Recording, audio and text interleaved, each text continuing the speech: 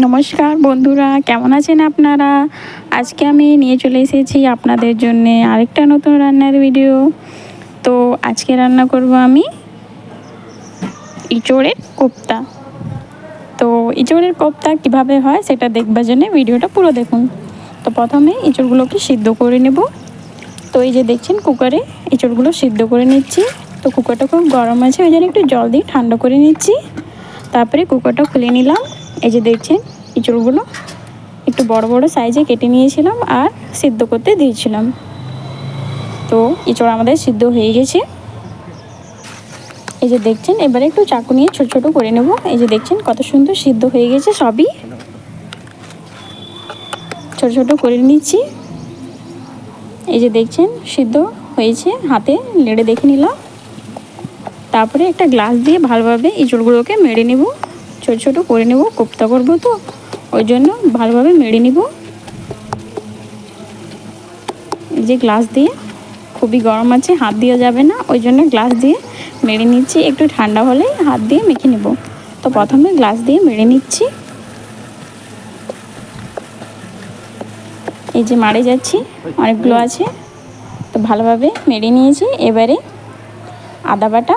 আদা বেটে রেখেছিলাম, আদা বাটা দিয়ে দিলাম। তারপরে রসুন বাটা, তারপরে আমরা লাল লঙ্কা বেটে রেখেছিলাম, লাল লঙ্কাই দিই, তো লাল লঙ্কা বাটা দিয়ে দিলাম। তারপরে বেসন লাগবে, কোপ্তা হবে তো একটু বেসনে দিয়ে দিতে হবে, তো বেসনে দিয়ে দিলাম।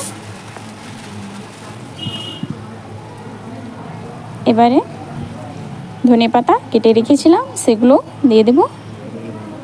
ধনেপাতা দেওয়া হয়ে গেছে, এবারে একটু মেখে নেব।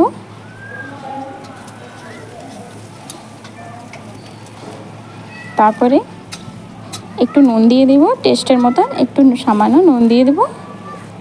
কোপ্তা হবে, নুন লাগবে, তো একটু নুনও দিয়ে দিলাম। এবারে ভালোভাবে মেখে নিচ্ছি। তারপরে এই যে দেখতেন কালো জিরে দিয়ে দিলাম, তারপরে একটু জোয়ানও দিয়ে দিলাম। এবারে সবগুলোকে মেখে নেব।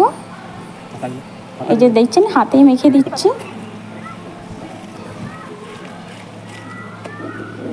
তারপরে একটু আমরা কসুরি মেথি দিয়ে দেব আর ভালোভাবে মেখে নেব। এই যে দেখছেন ভালোভাবে মেখে যাচ্ছি, মাখা হয়ে গেছে। এবারে হাতে তেল নিয়ে ছোট ছোট কোপ্তা করে নেব। এই যে দেখছেন সব ইঁচড়গুলোকে ছোট ছোট গোল গোল কোপ্তা করে নিচ্ছি। অনেকগুলো আছে, তো সবইগুলোকে কোফতা করে নিতে হবে।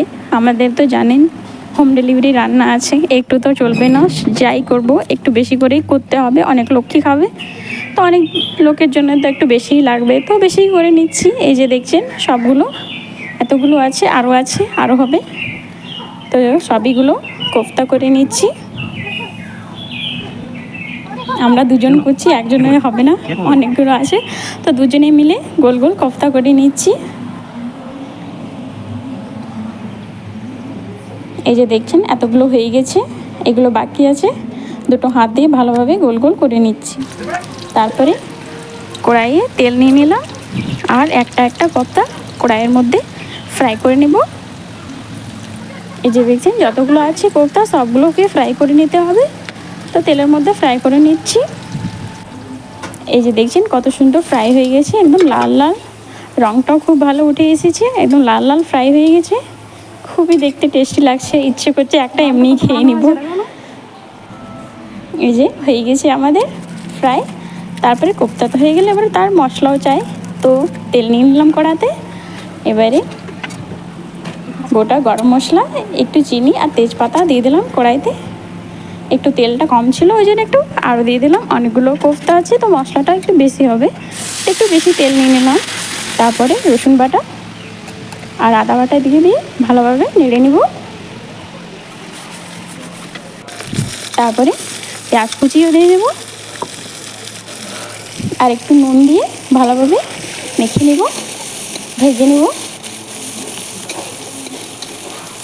একটু পেঁয়াজটা গলতে দিয়ে দেবো, নুন দিলে ভালোভাবে পেঁয়াজটা গলে যাবে তাড়াতাড়ি, ওই জন্য একটু নুনও দিয়ে দিলাম আগে, ভালোভাবে পেঁয়াজটা গলে যাবে।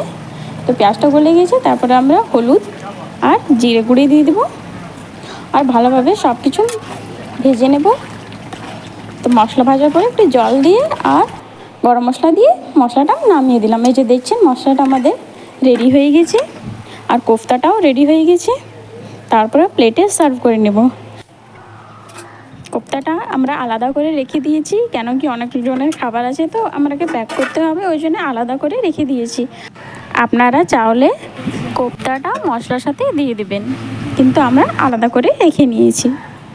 তো এই যে দেখছেন মশলার সাথেই কোফতাটা আমি প্লেটে সার্ভ করে নিলাম। এই যে দেখতে খুবই সুন্দর আছে, খেলেও খুব টেস্টি। একবার ঘরে ভালো কিছু রান্না করতে গেলে একবার এইটা এঁচোড় কোফতাটা ট্রাই করে দেখবেন, খুবই টেস্ট আছে আর বেশি কঠিনও না, বানালে খুবই আসান।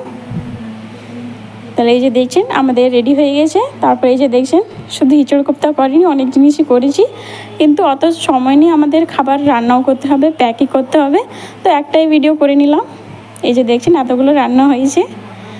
তাহলে এমনি আরও রান্নার ভিডিও দেখবার জন্যে আমাদের ফেসবুক পেজটা ফলো করে নেবেন। আর ভিডিওটা যদি আপনারাকে পছন্দ এসেছে লাইক করে নেবেন। তাহলে ভিডিওটা আমি এখানে শেষ করছি। ওকে বাই, আপনারা সবাই ভালো থাকুন।